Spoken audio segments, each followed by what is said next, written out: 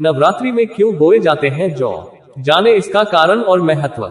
शारदीय नवरात्रों की शुरुआत हो रही है, जिसमें भक्त पूरी श्रद्धा के साथ मां भगवती की पूजा अर्चना करते हैं।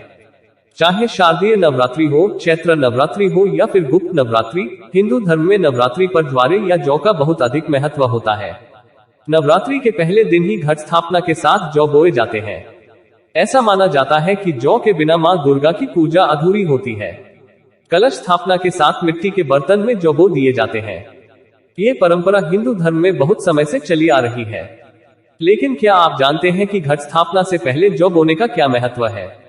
चलिए आपको बताते हैं।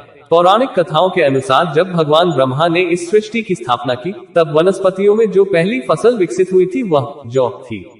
इसी कारण से नवरात्रि के पहले दिन घट स्थापना के साथ पूरे विधि विधान से जौ बोई जाती है।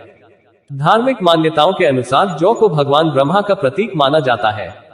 इसलिए घट स्थापना के समय नवरात्रों में जौ की सबसे पहले पूजा की जाती है और उसे कलश में भी स्थापित किया जाता है। ये संकेत देते हैं नवरात्रि में बोए गए ज्वारे। नवरात्रि में कलश स्थापना के दौरान बोया गया जौ 2-3 दिन में ही अंकुरित हो जाता है, लेकिन अगर ये न उगे तो भविष्य में आपके लिए अच्छे संकेत नहीं है। कहा जाता है कि 2-3 दिन बाद भी अंकुरित नहीं होते तो इसका मतलब यह है कि आपको कड़ी मेहनत के बाद भी उसका फल मिलेगा।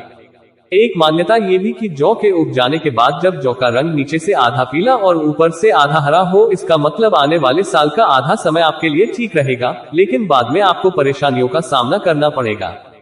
क्या होती है जौ? कई लोग जौ को ज्वारे भी कहते हैं। नवरात्रि के समय मंदिर, घर और पूजा पंडालों में मिट्टी के बर्तनों में ज्वारे बोए जाते हैं और प्रतिदिन मां दुर्गा की पूजा आराधना से पहले इनमें नियमित रूप से जल अर्पित किया जाता है।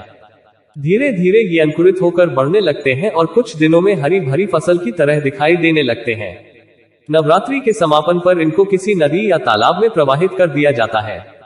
मान्यता के अनुसार मां दुर्गा के पूजा स्थल पर ज्वारे इसलिए बोए जाते हैं क्योंकि धार्मिक ग्रंथों में इस सृष्टि की पहली फसल के रूप में जौ को ही बताया गया है।